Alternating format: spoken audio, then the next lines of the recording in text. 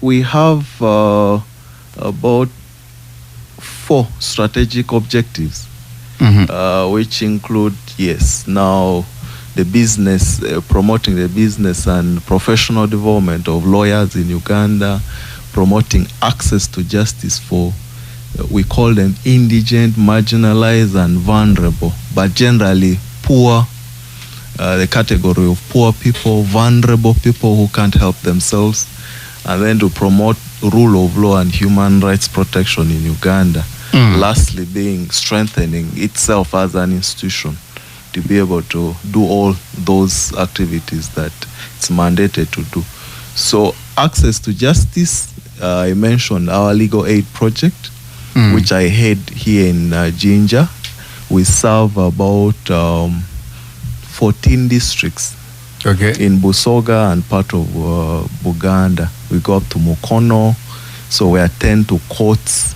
We help with sensitizations and the like of the public, and attend to prisons, police, helping to fight for people's rights. That is the legal aid project. So, in fact, I was about to ask, how related is Uganda Legal Aid Project to Uganda Law Society? Yes, as I mentioned, one of our mandates is to provide access to the indigent. That's another word for very poor persons who can't afford legal services. You know, if you approach a lawyer for any service, legal advice, an hour, you'll be charged a certain fee. But for us as Uganda Law Society, we created the legal aid projects, and we have clinics, what we call the offices, the clinics, all over Uganda, where the poor persons, vulnerable people can walk in there and get free legal services, including advice and court. Well, so that is how we are helping the less privileged in community to access justice. Well, thank you. You know, I really wanted the clarity about this because many people perceive the Uganda Law Society as like any other association of professionals. Like we have UNATU for teachers, like we have Uganda Medical Association for medics, then Uganda Law Society. We have been perceiving it as an association of lawyers or legal practitioners. Now, legal aid, we have also been perceiving it as a government project. That's why I wanted to really get the intersection of the two. Yes. Now, as a society, we are not like a trade union, labor union, say for teachers and no. Now, this is because the government understands the critical role of lawyers in society. Because rule of law basically means everyone is under the law and the law is supreme. No one is coming to make declarations, decrees by himself. So the processes of law are very serious, they are very, very intimate, and so they need special training and all that. So that's why government has taken the issue of lawyers quite seriously, and that's why in 1956 the act was set up, where Uganda Law Society is set up, and no one practices law in Uganda without being a member of Uganda Law Society. Well, so that is how regulated it is. So under its mandates is access to justice. The statistics show about 90% of Ugandans can't afford services of lawyers. In fact, I was going to get there. Because as you've elaborated and talked about how you're promoting rule of law, advocating for access to justice for everyone, the next question was, how does the Uganda Law Society then engage with key stakeholders in addressing challenges in the legal and justice sectors? Thank you for that question. Now, Uganda Law Society, now, as mandated by a law, there are several enactments of law whereby we are supposed to appoint members onto certain boards And actually, when government is considering appointments to certain authorities, it looks into our membership as Uganda Law Society. There are several laws that require for you to be a member of this organization or a board member or the CEO of this government body. You must be a member of Uganda Law Society, a qualified advocate. So that's how, in some of the ways we participate. But as we also have appointments, say Judicial Service Commission, there must be a member from Uganda Law Society. The Law Council, we send a member onto that body. And so those are some of the ways we engage stakeholders. But more critically, directly, Uganda Law Society also has a voice, say when Parliament is making a law, probably after the first reading approaches Uganda Law Society for comment. We make comments on that.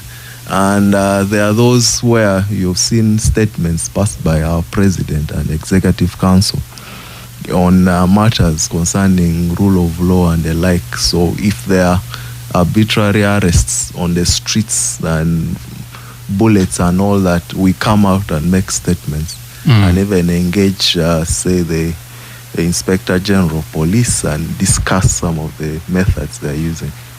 Yes. Okay, that's so interesting. Does that mean that you have powers as Uganda Law Society to even whip the Attorney General? Yes. Not yes, and as because he's your member by yes. From your explanation. Yes. Which year? I think about 2 or 3 terms back, there was Attorney General Nyombi. I remember. Yes, there are a number of pieces of advice. As the official government advisor, legal advisor, gave a number of pieces of advice to government. I don't remember the particulars, but the Uganda Law Society and the public at large considered those pieces of advice not sound in law. And as a result, at its annual general meeting, the Uganda Law Society passed a vote of no confidence in him, gave him a certificate indicating that the work he's doing is not what is the standard required by our country and the law itself. Okay. Yes. So that in a way that's a whip that is given to the Attorney General, but we don't see it very often. Well, thank you so much, Council Obetia, for the wonderful explanation and also understanding, because I really wanted my people to know what Uganda Law Society stands for and why this guy is becoming more vibrant than ever before. What is it exactly? Is it about the banging of the tables? Is it about rebelling against the law or legal rebels and so many other things? Now I want to bring in Miss Naiboka. Naiboka kodeo? Ndiyo sewa. Ndi bulungi munange. Tuba wano mpola bulamu twabumoda. So butere vino Naiboka ebigambo ebindi ebiri mu lufeetefeeta gyabiramu kuba leo twenze tulinge ku Uganda Law Society nibyekola. So Naiboka, omuntu ali kuwulirizanga Olungereza talufunye rona aye nga ate wokola ni mwena muli part of Uganda Law Society n'emirimu gyekola. Mubitire mu Uganda Law Society eno mukola ki mudakika nga 2-3 donka yegu mandate yemwe erichi mukolagana mutya n'ebitongole ebindi okuba abantu abandi okuleeta obwenkanya.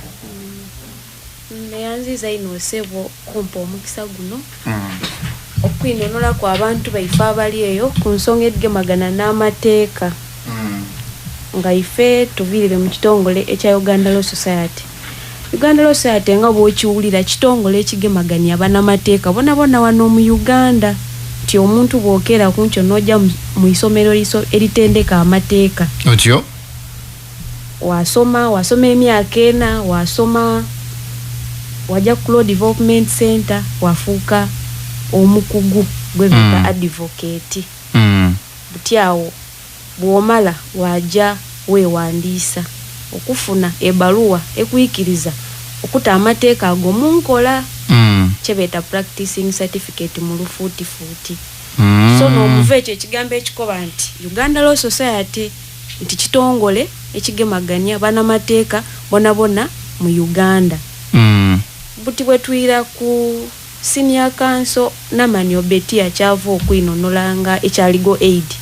Legal aid kaana akazaalibwa Uganda Law Society. Otyo? Akaakaana nga ko kayamba bana abantu abanaku. Abaweddere mu mu byenfuna. Otyo? Tulikuba bisawo bino betabanaku. Naawe atyo. Abaweddere mu byenfuna kubanga abannamateeka abo babeeyi nti bakyajinga mu hours nti bwenaakuwa essaawa 2 buli ssaawa ojagisasulira. Aye eriyo bannaife bale nti enze ndi namwandu, nze ndi mulekwa, nze ndi semwandu. Aye nga ndi kunigirizibwa. Buti akaakaana kebeta Legal Aid Project of Uganda Law Society nakagemagania abo abantu mu lufuutifuuti lwali kwetanga ati ba indigency ba marginalized. Ono okubeekirizisa okwaccessinga justice okufuna obwenkanya mu mateeka. Kali webale ino. Councilman, Yes, ma'am. the rule of law and judiciary, Chinechiuzo, it has been a big question over and over again. How do you define the rule of law, and why is it fundamental to a functioning democracy? The rule of law, it has received definitions for centuries now. Okay. Yes, but Uganda has we are how old? 1962 to date. We are 62 years. Yes, of independence. just 62 years old. So countries like the US from the 1700s, Britain from I think 1100 years and the like. America from around 1776. So these ones here over the years have tried to refine what rule of law is, but basically rule of law is equality before the law. Okay. Everyone, including government bodies, private entities, corporations, individuals, everyone is the same under the law, equal before the law. You're subject to the law, so the law applies to each one without fear or favor. As the same. Is this a notion against because if you said the law should apply to everyone, and now that one defies what some people used to have way back in school. We used to hear a certain gentleman who said, I am the law and the law is myself. Yes. He was the state and the state was himself. Now that's the exact opposite of rule of law. On the other extent is now dictatorship, authoritarianism, and the like. I think we had that 1971 to 79. Sure. Where one person is issuing the laws. Now here under the rule of law has to be made in a transparent manner. That's why we have parliament being an independent body mandated with making laws. Now it's transparently done and then everyone is subject to it. Okay. Yes, so you're not above the law. Everyone is below. Does a directive compromise rule of law? A directive? Like presidential directive and what and what and what? As long as the directive is in accordance with the law and is provided for by the law.